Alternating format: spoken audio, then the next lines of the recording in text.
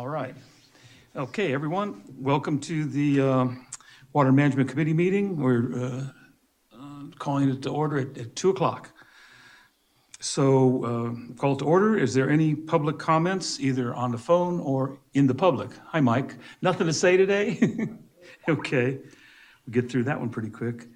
And number 3, Indian Wells Groundwater Authority. Of course, Chuck isn't here today. Is there anything that you could fill us in on that happened in the last meeting, Don? That we're not going to hear that we didn't hear at the board meeting already? Well, there were 3 documents approved related to the import water project. Right. For Sequanipa, I'm trying to remember all. I wasn't prepared to give you a report. I know we're expecting A couple things though. That were on the agenda. The Heritage Well reimbursement for the Heritage Well was tabled. The staff report was presented by Jeff Helsley of Stetson. There were some comments. Chuck Griffin provided comments, and there were some public comments regarding the fact that although according to legal counsel that groundwater level, dropping the groundwater levels was a contributing factor, that 18 feet in 29 years really wasn't significant. I won't go into all the details, but some good arguments were made for the fact that the well was past its useful life, probably had not been maintained. There's no record of video inspection, anything like that. So it was tabled. Staff was directed to come back with some more information to address the concerns that were raised. And then also the annual report was tabled. That came out literally just before about a day before the meeting. So there really wasn't enough time to go review it and see if comments were taken into consideration. Turns out that prior to the meeting, actually a few days before, Heather Steele with Stetson had actually gone through and done a table of all the comments that were received and responded to all those, but that wasn't made available. Steve Johnson on the staff call said that he thought it was probably too close to the meeting to put that out as well. So after it was tabled, that was distributed. And I did send it out to the board, right? So you could see, I know you had made comments and you got the responses to those. And there was a request when that was sent out, if there were further comments, to provide those to Stetson by this past Monday. So we did have a call between Greg and Stewart, Tim Parker, Jim Worth, myself. There were, I think, 8 additional comments. Nothing that's a showstopper, but some additional comments that were provided on Saturday, actually. I sent that to them on Saturday. The deadline was Monday. So it's on the agenda again. It's due to be submitted by April 1st, so I'm anticipating that it'll be under consideration at the board meeting and likely be approved to pass on. I think all Chuck really wanted is time to make sure that our comments got addressed one way or the other, whether they were in it or not. Absolutely. It would have been helpful to have that matrix ahead so we would have known that comments hadn't been considered. And as far as the Heritage Well, I think Chuck's on track for that. I think he's sort of watching out for that, the fee that's being collected to mitigate these wells. And if it's being spent in such a way that maybe it shouldn't be, I think I'm happy that he's looking out for it. I think there's no record on that well, like you said, Don, what it looked like. We know it was 30 plus years old, and Chuck had some information that the guy who drilled it said it was good for maybe 30, 35 years max. Well, and it's pretty good indication when you have a 100+ foot drawdown in your well, and then you replace that well, and the drawdown is only 2 feet. Yeah. It's not an issue of dropping groundwater level. I mean, I know I do that a lot with them. The one thing that bothered me is that Stetson was asked to go get additional information. Well, in my mind, there was no need for additional information. The fact that, like you were pointing out, the water went down 150 feet. That alone tells me that the well is already Gummed up. gummed. Yeah, Right. And And then when the new well came in and the drawdown was 2 feet, which is what a real well ought to work like. Yeah. I mean, that's more than enough information, and I have no idea why Stetson came to the conclusion that, I think they were saying it was a partial contributor to, but I don't believe that. No. I, And that's a problem they're always going to get into with that. It's, they've done a well mitigation program in other parts of Kern County. And I spoke with some people that were involved with it. Some of the farmers helped put it together. And then when they mitigate wells, there's a whole series of information you go through, which includes identifying when the well was drilled, how it was put together, what kind of pipe, what kind of maintenance there was. In other words, they want to rule out the possibility that you have a damaged well before they start paying for mitigation. well, don't know I if they think do there that. was the comment made that the original design was for PVC type casing, and they used a mild Can't steel. use mild Mild steel. steel, yeah. And so, I mean, in my mind, it's an open and shut case. 30 years of mild It- steel in the ground. It really looks like they're looking for something to have failed so they could report back that, yes, we've got wells failing Yeah. And due to the due to the overdraft, when indeed, we've only had, well, 2 now applications. Has there been And tests they're, with and they're Ashton? looking for something to say, yeah, we've got a problem here. There's only And of 2 course, applications we you do know have a of. Okay. problem. I mean, that's not, I'm not trying to argue we don't have a problem, but to use that one well as an excuse for saying we got a problem, that's, Don't you I'll think be there'd a be be a more? little cautious here because I don't know if there's information that is out there that we didn't see. Yeah. But when you've got mild steel casing and from what information was presented, again, I would conclude that there wasn't sufficient maintenance. It would seem like after 30 years, the scale would build up in there and you're probably Oh. plugging out the perforations. And so, as I said, when you start the pump up, you're pulling the water that's in the casing out. And then once you pull it out, Yeah. there isn't anything else coming right, in. So- right. Well, there's 150 feet ahead over the pump. Stan, did you say there were 2 applications that you were aware of for mitigation money? Right, one is the Heritage. and the other one is Stark. one Starkwell. Starkwell. Yeah, surprised and I know there's nothing about the Starkwell. Surprised And the there's not report more. isn't out yet, I That's believe. on the agenda for this coming board meeting, the Starkwell is. So we'll see what they So come up according to all the with. predictions, we should expect about 15, 20 more of these in next year, huh? Well, at least. Okay, But- it's just Yeah. odd. May I Yeah, ask, I'm wondering why they picked that well as a Is the- as a model. is the audit on the Yes. agenda? Yes, Yes, it found, great. yes. Finally, I, along with some other people, have been waiting to see that. 2021 audit. 2021 audit, yes, yeah. 2.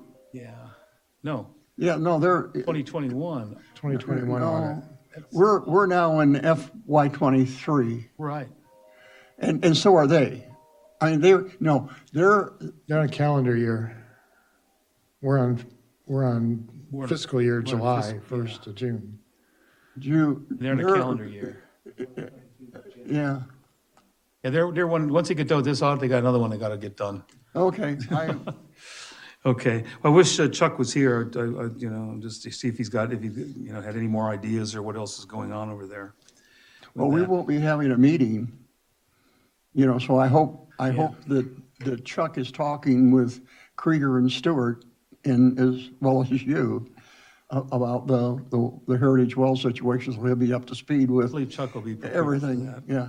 Well, I think he is on top of it, quite frankly. I think so. Well, you remember at the board meeting, Renee Marquecha made the comment that she was willing to go to that board That's meeting. right, yeah. On Yeah. behalf of the water district. That's right, Renee made a comment that she'd be willing to go there to make comments about it as well. All right.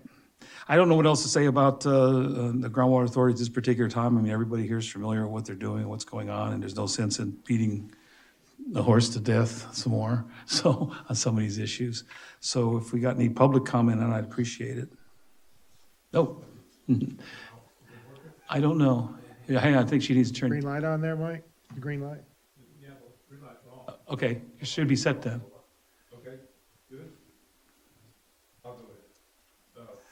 Anyway, my name's Mike Neal. So I pressed one point on this that really basically got no discussion, and I thought it was cut and dried. and I'll repeat it again, and maybe I should write this all up and send it to Chuck, because he's the one that's going to be at the meeting. I was hoping he'd be here today.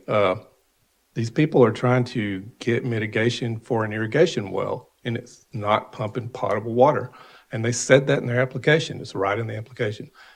The program states in the application itself and the guidelines for the program, this is for potable wells. Mr. Decker brought up the fact that there's somewhere else in the documentation for applying for this that talks about households. You know, it's supposed to be about potable drinking, bathing water for household use. That's not what this well is. That should have been the end of it. However, all the discussion that's been going on, all this about the mechanics of the well, misses a point. And I think this is a point that perhaps this committee should confer with the district lawyer about. And it's simply because both Keith Lemieux and Phil Hall were going heavily to bat trying to get this application approved. There's something going on behind the scenes. I don't know, exactly what, but, Keith Lemieux made this obscure statement about something about, this was a park and it was needed, had to do with Federal Reserve water rights. I just was going, what? It just makes no sense at all.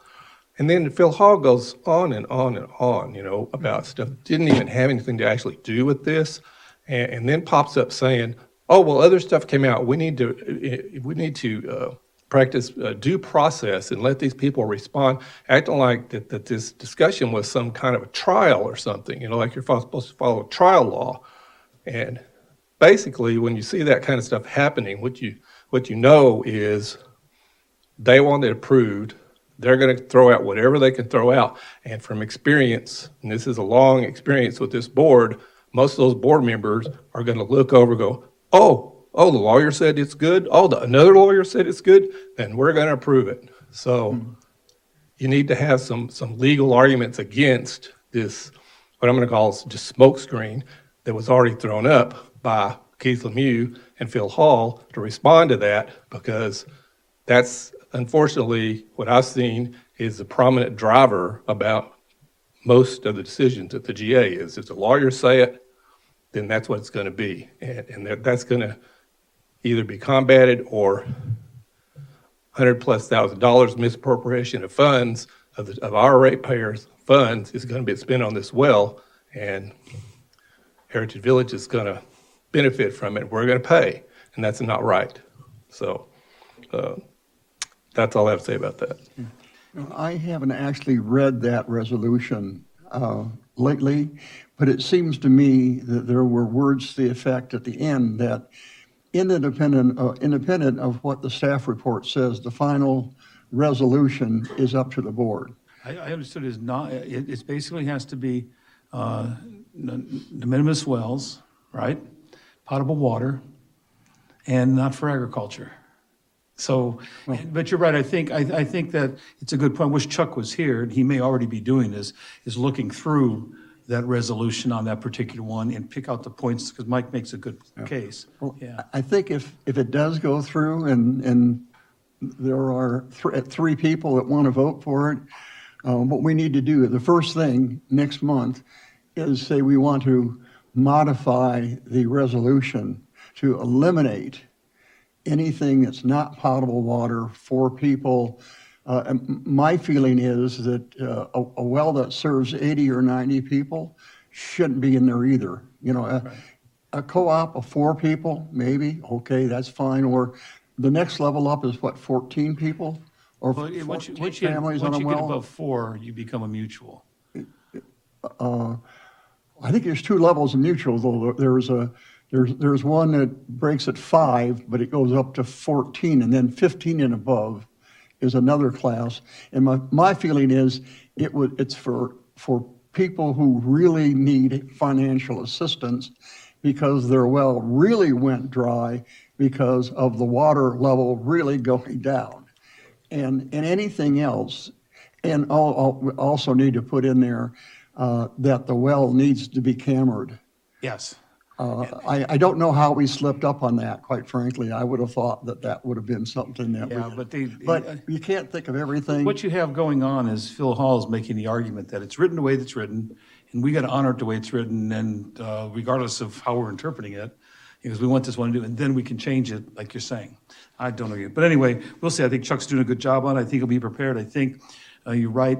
Maybe I'll make a note to him that he ought to go ahead, or I'll go ahead and read it as well and highlight some things. You can too, on that ordinance, and get it into Chuck's hands. So he has some particular issues that says, because if I agree, I believe it was de minimis users, potable water, and not for agricultural use, if I'm mistaken. And it doesn't mean any of those. Yeah. Okay. I don't think, is there anything else? No one on the line back there? All right. Okay. Number 4, potential impact to recycle water and district's need for imported water. Now, the committee to consider discussions with the city of Ridgecrest concerning recycled water from the wastewater treatment plant being credited against the district's requirement for imported water to meet its needs. Now, I saw this on here, and then Don jogged my memory, and then Stan did too. It came from our workshop. And we agreed that we want to keep track of this and where it's headed. At this particular point, I think what we're trying to say is that we need to work as a district to try to get cooperation with the city to make this happen. And there's nothing to report on here. There's not anything been done. No, the action item coming out of the workshop was to put it on the agenda for the February 23rd Water Management Committee meeting. That's why it's on there. The description, I'm assuming, came from the video. Lauren usually listens to the video, and I'm sure that's what she... I don't think there's anybody on the board who isn't firmly convinced that we need to work with the city. So that's really not an issue. The issue, and I don't recall the exact words from the workshop, but in my mind, the real issue is how do we encourage the city to work with us? We sent them a letter back in May of 2020, which they never responded to. Were you on the board when we sent that letter? No. Anyway, we sent them a really nice letter asking them to work with us to figure out how we can mutually make most benefit out of the recycled water. We never got a reply. So the real issue is not whether our board wants to work with the city, but how do we encourage, it seems to me the city ought to understand it's in the city's as well as the public's best interest for us to work together. Last time I saw an actual number on the output of the wastewater treatment plant, it was like 2,500 acre feet. But isn't some of that going to Chewy Chub? Well, the adjudication will I think impact that, but there is, you're right, right now there's an agreement that hasn't started yet because the new plant hasn't started to allow to pay rent to the Navy. But again, that's all in my mind a part of the adjudication, but nonetheless, 2,500 acre feet, even if the payback is only, say, 2 to 1, that is, if you put 2,500 acre feet in the ground, you get 1,200 or 1,500 useful back because you're not going to get 100%. That might be, you might get as much as 80 or 85%. I'm not sure. You hit the nail on the head. It isn't that we don't agree this needs to happen. It's how does this happen? How do we make this happen? How do we even open up discussions with them again? My suggestion might be that we revisit that letter and send it again. No, it's certainly one option. There was absolutely no response to it that we remember, any of it.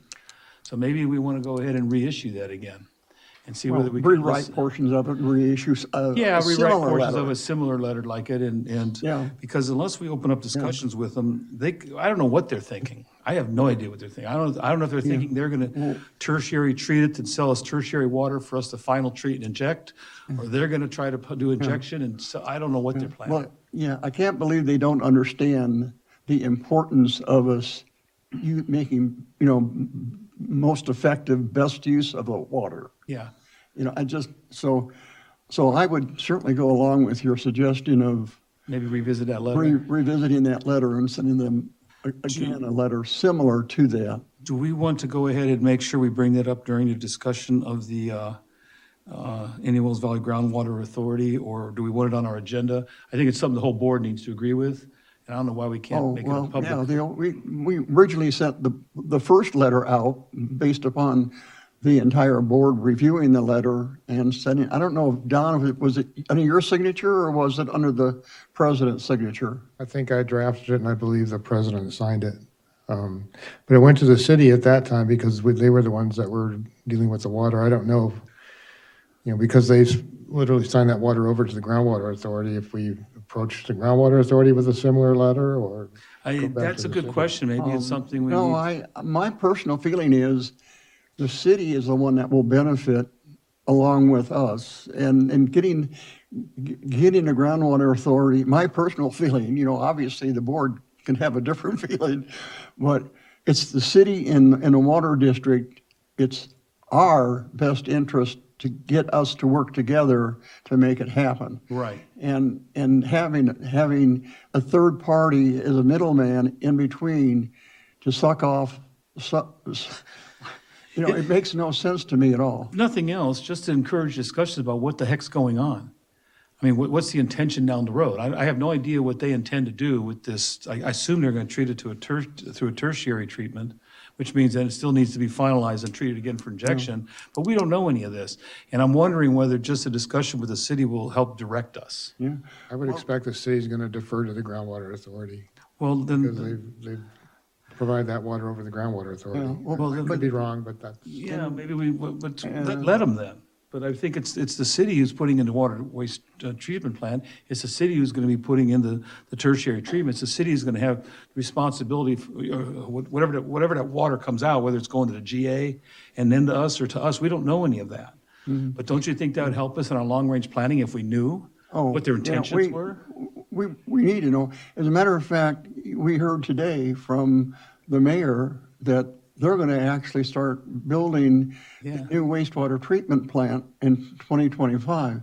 Yeah. Of course, it was originally going to be started in 2014, but that's a separate issue. But my point is that they will not get an approval from an EPA to build a new wastewater treatment plant until there is a plan to utilize the recycled water. The EPA just is not going to go along with it, which means that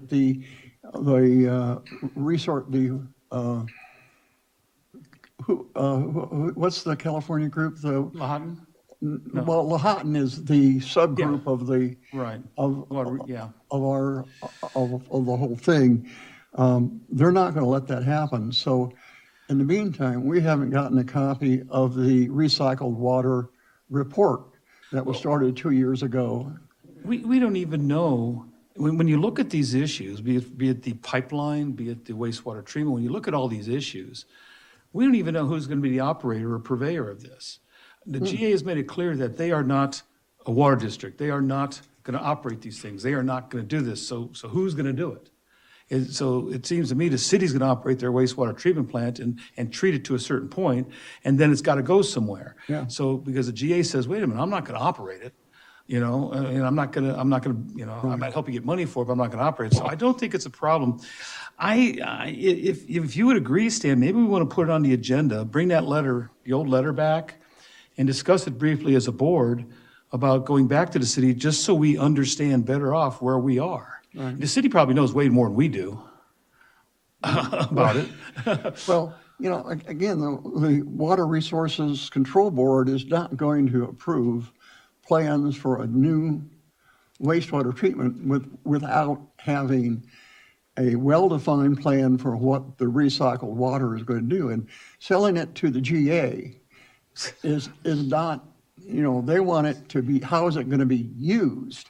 And so the GA has to have a user. So having the GA involved is just a middleman that creates problems. So maybe the letter's written in such a way where it gives the city, I don't want to give it the out to go to GA for their answers. I don't know. I agree with you, it should go to the city because we as a water district are looking ways to maintain the quality water we're supplying for the city, for the residents, and for any potential growth the city wants. So unless we know these things, we can't make a long-term plan. It's the city that wants to grow. Yeah. Yeah. So the question is, do we want to put It ought something to on the be- agenda? Do we want to bring the old letter back, discuss it, see if we want to proceed with another letter, see if we can get an answer? yeah, well, I'm assuming that we'll have to tweak the letter Oh, yeah, I'm not saying that will be. Two and a the- half years ago. Yeah, I'm not that gonna we say sent it that's the out. letter. I'm just saying that's a good starting point. Oh, We yeah. sent this letter, we Oh, never got a absolutely. response. No, I agree. What can we do to move on with this? Because unless I'm treading where I shouldn't, and causing more problems than I think it's gonna cause, I think it's imperative that this water district know what's going on with it. Maybe they turn it over to the GA, but then maybe it needs to be a discussion for the GA sometime if Chuck could ever get it on the agenda. Well, you're aware that Krieger and Stewart has been working with Stetson on Right. on the recycled water project, and they have a technical report forthcoming. I think things have slowed down quite a bit because of other probably priorities to Groundwater Authority, but maybe the thing to do is get an update from Chuck Krieger on what's going on there. I know one of the recommendations from the Water District was to use that well 36 that we acquired as the well to put that water down. There was some concern, a preliminary report done by Stetson that said that wasn't necessarily a good idea because of proximity to other wells. But then we proposed that perhaps, I think there are 3 wells that are relatively close by, perhaps putting them on Water District system. Yeah, And and I believe Certainly, that Krieger and Stewart said, mitigation for those 2 or 3 wells, whatever they cost to were. put them on the Water District system is probably less than drilling a new well and well, of course it would be. And I think Krieger and Stewart made the comment that if you pick this injection well, then there's other wells nearby, which you have to have monitor wells nearby, and they may all fit the description we need. And so maybe you're right there. Maybe we want a short, and as much as Krieger and Stewart can present to this board, I don't know if the next, about where they are, and then we bring up the discussion with the city again. I don't know. That's the only way I can see moving this line item along. Yeah. Is for us to try to do something. Yeah. So, that. so do we want to go ahead and maybe try to get, can Krieger and Stewart give us a briefing as where they are at this time in public? I think that's probably the first step before we start considering a letter. A letter again? Find out where they are with the project and If one of us happens to bring up a letter that was sent a while back, that wouldn't, you can't stop that. Well, that report was originally due 6 months ago, and then it was delayed to the end of the year, and then it was delayed to January, February. The report needs to get out. I mean, Krieger and Stewart knowing something doesn't mean the board knows something. And the last time we had an update, I believe Chuck Krieger said, well, they've sort of agreed with us that injection is the only financially feasible. Yeah, I know, after we route studied to go, it. which is what we told them 5 years ago. I think. Yeah, at least I 5 mean, it years. wasn't like that should have been a surprise. Yeah, I know. After 2 years of work and how many hundreds of thousands of dollars. I had spoken with Lahoughton about it. He said we would never allow just laying it on the ground. Yeah. Lahoughton even said it. Well, as far as I'm concerned, the only potential alternative will be when we go down to Carson to look at their pilot plant for the direct potable reuse. But that's, who knows? Let's ask Krieger and Stewart to do the best they can, update us the best they can, whether it's recommendations they've made or it's recommendations that are accepted. I'm not sure where we're headed here, but the longer we let this go, if they're talking about breaking ground here in a couple of years, we got to know some stuff. Not only that, but you recall that the GA got, I believe, $2 or $2.5 million from the state of California. For wastewater for the city. Wastewater, so that means I believe they got to use that money within 3 years. Yeah. Or something like that anyway. So- Well, that means they have to have approved plans. All the board isn't here to agree with this, but I know it was at the workshop. And the only way we're going to move this along is to let's get a little presentation by Stewart and Krieger, if it's just brief. I can contact Chuck and he can maybe under the Groundwater Authority agenda item for our next board meeting. Yeah. Just give a report. I think it'd be appropriate to do it under that agenda item. Oh, And don't be surprised if questions come up about this, working with the city, because I'd expect it to. All right, I don't want to beat this one to death anymore. Stan, you ready to move on? Anything from the public? you were the one who was going to keep the meeting short. I tried. I want to keep it to half hour. Yeah, okay. Yeah. Yes, okay, and Mike Neal. Just the insight from what I see, reading between the lines, and this is brought up. I've now brought this up to this board, to the city, and to the GA. Stated quite clearly that all the water coming out of that wastewater treatment plant belongs to the people of Ridgecrest. Every single one of them are in the district. That water should be credited to the district and against its allocation of water. So I'll give you a guess what happens when I bring that up with the city council. And we get this response from, or maybe it was the GA. No, it was the city, actually. And then for some reason, Keith Lemieux was there that night. And he pops up and says, well, the law says that, if that water goes into the city's facility, it belongs to the city, meaning the bureaucracy of the city, the corporation of the city. Lawyers like that never think in terms of the city as the people that are either getting taxed or benefited, one or the other. It's always with the bureaucracy, with the corporation. So that clearly tells me, and looking at the history of past events with this wastewater plant, and the manipulations and agreements between the city and the GA, that the city wants to proclaim that they own the water. That once it gets treated and reused in whatever fashion, that they're looking at another cash cow. That they want to get their $1,000, $2,000 per acre feet for those 2,000 plus acre feet coming out of that plant, which I'll say it again. We paid to get it pumped out of the ground, to get it pumped through the pipes in the ground. We paid to get it flowing down the sewer lines. We paid for the wastewater treatment plant. We paid for everything already. And yet, what I see, the desire, reading between the lines, is they want to somehow make us shell out so that the city bureaucracy can take in more cash, which they clearly don't need now, since they're jumping up and down and throwing parties saying we just got $6 million more out of you guys per year. So one point, and I don't know if this would bear any fruit, is that the wastewater treatment plant is funded through an enterprise fund. And that may make it a entity of some form where this proclamation that the city owns the water could be found to be inaccurate and not right. There again, you'd have to get your lawyer to look over applicable law about that. So there may be a way to press to say, no, it belongs to the people that paid for it. They need to be the ones to directly benefit. In any case, letters to the city, I predict, are going to continue to go unanswered, unresponded to, like they've already done, because, this agreement between, this is several years back. The city and the GA, this is where they were looking to head, give GA some kind of control over it and say, well, we city owned it and they gave it to us, we own it. So if you guys want it, guess what? You get to pay more for it, whatever. And that is just not right at all. There's no way you can look at that from any angle and see that that's the right thing to do by the people of this town.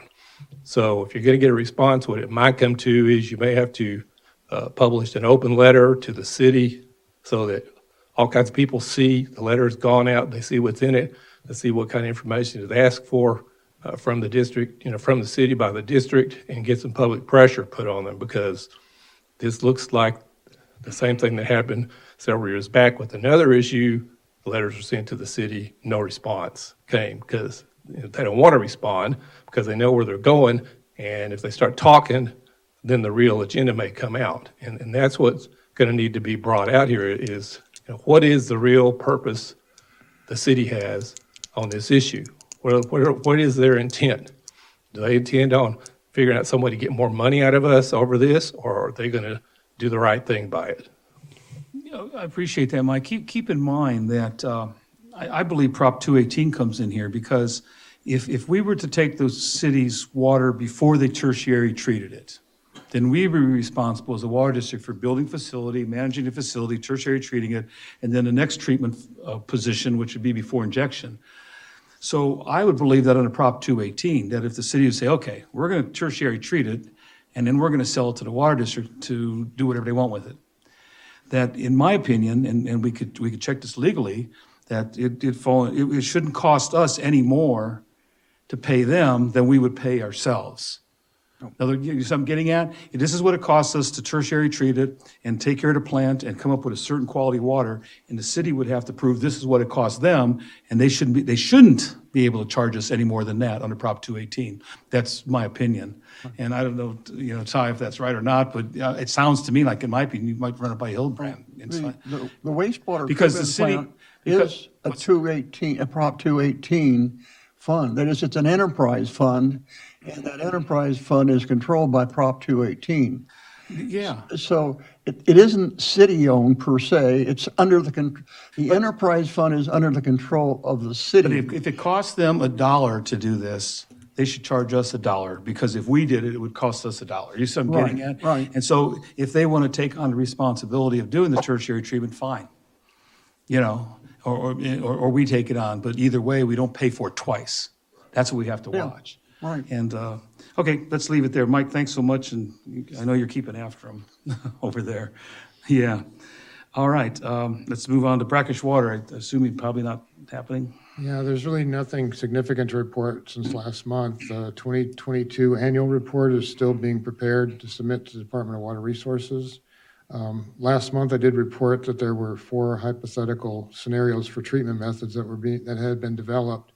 And I checked with Wade this week, and the costs for additional system components, extraction wells, pipelines, reservoirs are still being developed. So really not much change since last month. We do have an amended completion date of December 30th, 2023 now, so Okay. got plenty of time. It went from June, was it June or July? It was originally June of last year, it extended to March of this year, and amended again to December okay. 30th, yeah. Okay. I'm hoping our best bet there is, and I've said this down the road, is that we develop it enough and we get enough information, enough testing, maybe even a pilot plant, that's a system that could be installed by somebody else for their need, and specifically the Naval Weapons Center, because we know that military bases are installing brackish water recovery, and it may be a possibility because, it's going to boil down to politics if it goes to that. But Well, that's also, though, another potential issue for the adjudication. yes, The brackish water is located on the Navy base, mostly. yeah, They're the ones that control it. They're the ones that don't, and I don't blame them for not wanting civilians Yeah. on their base, quite frankly. I mean, I worked on the base. Yeah. You don't want people who aren't affiliated with what you do anywhere near what you're doing. Makes sense, but in the meantime, that they need to be responsible for using that water in the most beneficial use. And that may have to be an adjudication issue. and when it comes to them doing it, if they were to do brackish water recovery on their own, on the base, there isn't a lot to be said by anything outside the base, so you can't do it because it's part of our water table and, whatever arguments are being made. But that's why I'm encouraging this to continue. And at some particular point, you're going to come to the project where you say, what's the next move? Yeah. And when that happens, that's when talks need to start taking place. You're right, though, Don. I think you said when adjudication or maybe stand-in, when that all comes to fruition in the next year, I would think, we're going to know a lot more about all this. You just said the next year? Yeah. Okay. Next year, I figure a Okay, year at least. Okay. Because we got March, Well, that's maybe good. I two. feel good about that now. Maybe 2. That's great. Yeah. Maybe 2. It's already been a year. We're going to 2, maybe 3 type of thing. All right. All right. Alternate water sources. Yeah, so this item kind of goes back to the January 19th, 2022 board workshop, when the board approved $200,000 to obtain the additional seismic data, remote sensing data and seismic data that was collected during the 1980s in the El Paso subbasin. I've mentioned before John Jansen, who's with Collier Geophysical. He's continuing to work on the draft of his final report on the interpretation of the 104 miles of seismic data that he reprocessed. It was agreed that John would include the determination of net clay percentages along with the net sand percentages that he'd already done for each of the hydrogeologic zones, the HG zones, since the clays can contain groundwater. So he's still working on that. Now, at the January 24th, 2023 board workshop, the board tasked staff with drafting a plan for exploring potential of the El Paso subbasin to provide water supply that's not currently being utilized. So Tim Parker, Dave Scriven, and I had an initial call on this past Monday to discuss the approach to be taken and any progress that's been made to date. So Tim committed to review the aerial electromagnetic data, the AEM data from the SkyTem flyover, as well as any geological logs in the area that would assist in identifying any sites that we could consider for drilling exploration wells. We're probably going to circle back next week sometime. You'll recall Krieger and Stewart previously had done an exploration program. You might recall, I think it was in November of 2021, and presented it to the board, had a decision tree on there, how to go about it. So basically, they're going to use that for a template, but just update it with better information using the information from the SkyTem and the geological logs that Tim can get a hold of. I haven't heard any, are we getting any pushback on this from the GA or Stetson or anybody? What's going on here? I'm just surprised I haven't heard some pushback somehow and comments in terms of what are you doing and we should be doing this and, typical things, but No, I haven't really I know heard what's going on, I'm sure. Well, yeah, there's nothing. these are public meetings. We're talking about it in public. Yeah. Well, I think, wasn't that exploration the subject of one of Phil Hall's little Right. exposés Exposés, yeah. a year ago or something like that? We were being criticized for the cost of doing that. What you're probably referring to is, I think, there was a comment made about even if there is water out there, the distance to bring it into the basin. The Yeah, cost of there the pipeline. was a little pushback, although I think it kind of went away. I mean, we kind of handled it. Yeah, I think it related to the cost of the pipeline to Right. run all the way out there and bring that water in. Right, And yeah. So much more in the pipeline from Antelope Valley, wouldn't it? Right. Hope I didn't say that. Oh, wait, I totally agree with continuing everything we started with regard to the imagery, Yeah. data that we're gathering. But another data point from the 2022 annual report, as a matter of fact, the El Paso area was separated from the rest of the aquifer. And over the last 3 years, I believe the average increase in water in storage was like 2,400 acre feet a year. Yeah. That's a year, not over the 3 years. And 2 of those years were drought years, I believe. Did they finish, weren't they going to do a monitoring well out there to GA on that area? yeah, they did, right. Is it, which side of fault is it on, the El Paso I think it was side? called, I believe it was called EP1. Yeah. I haven't heard anything about that. Yeah, it was a 3-level well.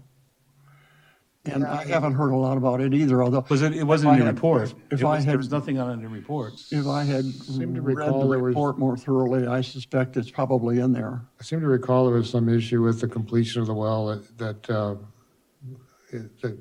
the total depth that was drilled to somehow was backfilled or something. I don't remember the details, but it's been discussed before. I remember It Don caved Becker. in, part of it, Yeah.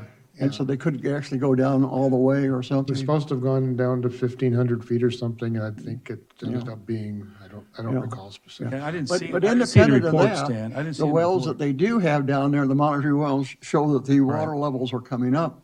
And the water in storage is 2,400 acre feet a year. Right. That basically is very similar to the initial 2019 annual report that showed something over 2,000 acre feet, For that one, which is what initially gave us the whole idea that there's probably water down there and we need to start looking into it. So in my mind, everything is still looking more and more positive. And we just need to stop talking and actually get something done. Yeah, I'd just like to see if there's anything on that particular well to report. I didn't see anything in the 2022 report myself. But maybe I missed it. I don't know that it's there. It'd be nice to know. I looked mainly at the areas where I had commented and whether or not they had made any changes. And I just sort of breezed through most of the rest of it. But I think Don is right, that they didn't probably get as much information as what they had hoped to get. The one thing that originally gnaws because at of me the way about they. this whole project, I don't have a problem doing it, We certainly spent enough money on it. Yeah, is it gonna be looked at as, well, this is already the water for our basin, it's accounted for as part of the recharge and part of everything. Are we trying to show that we have recharge coming from here that we haven't accounted for? Are we trying to show that we have more water going into storage, like Stan says, than we account for? What is, besides finding another water source, and let's just say we find water out there and we decide we're gonna put a well in, we're gonna bring it down here to the water district. Is that still gonna be part of the 7650? That's what I don't know the answer to. In my mind, the adjudication should be setting the safe yield. And obviously, if it is part of the 7650, it's not going to affect the safe yield. On the other hand, the safe yield was determined by less than scientific, is what I would say. So in my mind, the benefit is that, yes, there's water down there that we did not include in the safe yield, but that's all part of what we're trying to obtain out of the adjudication. Yeah, and I hope that we do. And I don't think we should jump to conclusions one way or the other just because someone else jumped to conclusions earlier. We really want to. Yeah, I don't want to stop this, but I'm just afraid that if all of it, but you're right, adjudication, if we sit there and prove or try to prove that we have recharge, and I know Tim's taking into account this area as well in recharge calculations that are going to be presented in the adjudication, you think, that we would find something. It's funny that you should say that where they got the numbers for the recharge and the storage. I had two people today at the conference come to me, I won't say who they were. They said, didn't they get all those numbers from just the Todd reports? And they just take the Todd reports and look at all the analysis that were done for all the particular inputs, all the different studies and everything done, and look at all those studies and say, well, these are the studies we're gonna pick as being the best. And I in my opinion, I thought that's where it all came from. I didn't know that any new data was accumulated to come up with those numbers. It was just taken what the Todd report said and past analysis and past data, everything in the past that was gathered in there. And that's because I don't think they'd had time to do any more data analysis. No, they didn't. So I had two people come to me and ask me a question. That's why I brought it up. I said, I think it is. It just came from the analysis of the Todd report. Well, they had to come up with a number. Yeah. And the Todd report was probably as authoritative as any report, and it met their goals. Yeah. So why not use it? Yeah, really. Okay. So anything else under alternate water sources? I don't think that number was specifically in the Todd report. No. It came from. Be clear. It came from the different. How should I say it? Studies. They took a number of studies, and looked at those studies, and then came up with their number out of those studies. Mm-hmm. The number wasn't brought. As I understand it, wasn't brought up by checking all the monitoring wells in the Rose Valley and all throughout here, checking all these wells and coming up with the recharge based on new data. It was based on data analysis that was done by firms or colleges or studies that were in the Todd report. They took all that, and they mushed it all together and came up with their answers. That's how I understand it. If indeed we were able to actually measure the change to groundwater in storage, and then estimate the amount of water used, we could, from year to year, calculate a recharge for that year, and then based upon a number of years of knowing the recharge, we could estimate a safe yield. But at this point in time, we have not been successful in establishing a methodology for estimating the change to water and ground in storage. And as a matter of fact, this is the first year in this annual report that they actually admit that we only are estimating 49% of the aquifer. The thing, when are we going to get a final report, do you think, on the subbasin of the information we're gathering? Is that coming soon? Because, at some point, we're going to have to make a decision where we're headed next, right? Well, yeah, I don't know that I can give you a date when it's going to be completed. I said we're going to circle back and have another call, but there's a lot of work to be done still. And I'm going to say, I guess not when, but when that happens, we're going to come to a decision-making point about what do we want to do with all this data. yeah, and just as a another part of this report, when we were talking earlier this week, Tim had indicated that, DWR still has funding available for their technical support services for drilling wells. But he said it's probably at least a year out because of a backlog that they already have on drilling, so. But had we started 2 years ago to Plus get the that state's- money, the state's broke we'd now. have the money now and we could be drilling those. But on the other hand, we need not only monitoring wells, we also need to pump. We also need to have a real well that we can pump, so that we know what the drawdown is and is there sufficient water That's all to being spend the discussed. money to get a real production well. That's all being discussed, yes. Okay. Anything good. else, Mike? Anything to say or anything on the phone? Nope. Yes, Mike Neal again. So what I hear coming out of the discussion here brings a couple of points to my mind.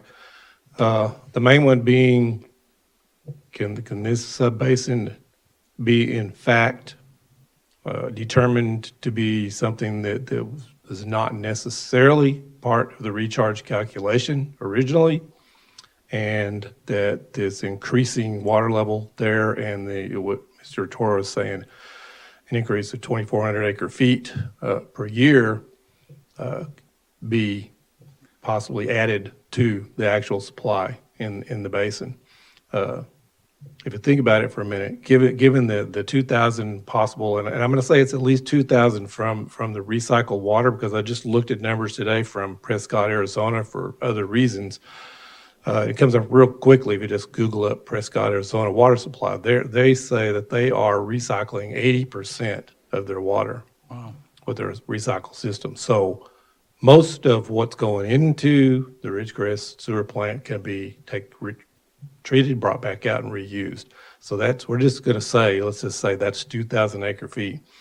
If we get over 2,000 acre feet from the subbasin, and say, okay, where we're sitting at right now is a balance. Well, that's a big deal. That's a very big deal. So what I think would be really nice to see as soon as possible is some statements from, experienced hydrologists saying, well, that wasn't really accounted for, and it could be put into the basin in some fashion. And now we got another 24 acre feet per year. It could be getting replenished from other sources off the Sierras. The rock and sand down below there can be different, could be more porous, could be getting more water through there. A lot of possible reasons, but what it comes down to is, is the water level actually increasing in fact there, and is it or is it not has it been included in part of the recharge calculation for this basin? And if not, we need to, get the water over, maybe it could be as simple as just pumping it across this fault line that's been stated that sits there and kind of blocks it off. And just get it over that and inject it into the basin instead of a big long pipeline or something else.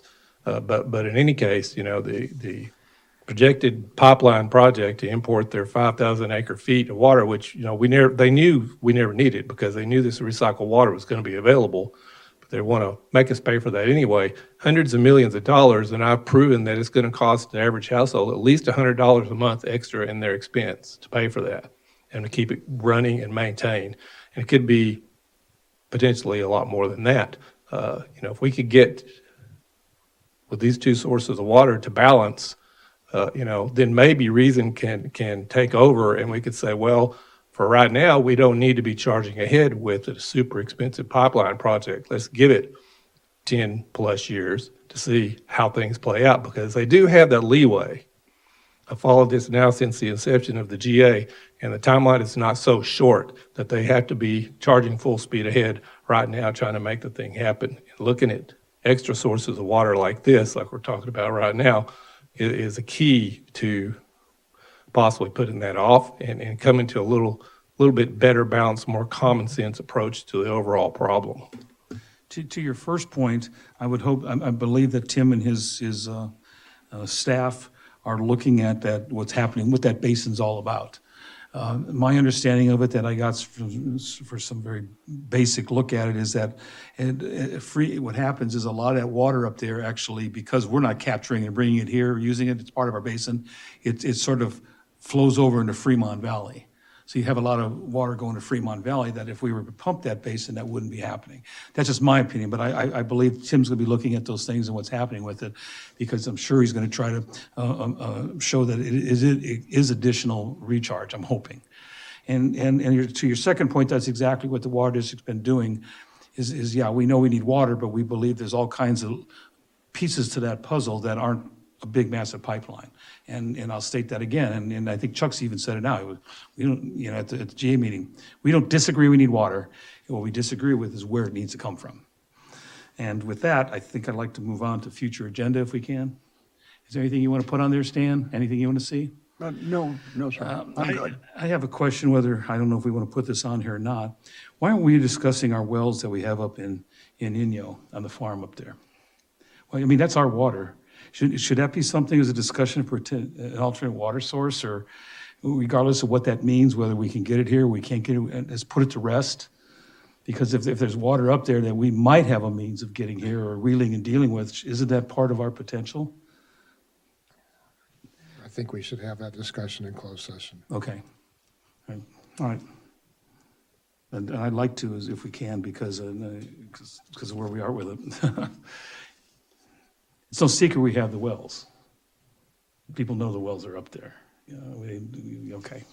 I just want to make sure. You talk about the Rose Valley wells? No, the ones in Lancha. Yeah, Lancha, yeah. Yeah. And they've been delayed, but they're still on schedule, the delayed schedule. You're talking about the monitoring wells in Rose Valley, right? Right. Right. They're still on schedule to be dug in March or April? I believe so. Yes, but that's not what he's talking No, about. no. We're talking about the wells, the area that the water district purchased years ago, 20 years at least. It's been a long time up there, yeah. Oh, you're talking up in Inyo County? Yeah. Mhm. Oh, okay.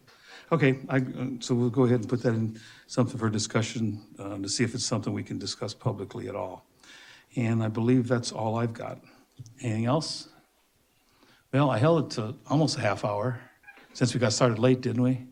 With that, I'm gonna adjourn the meeting at 2:57.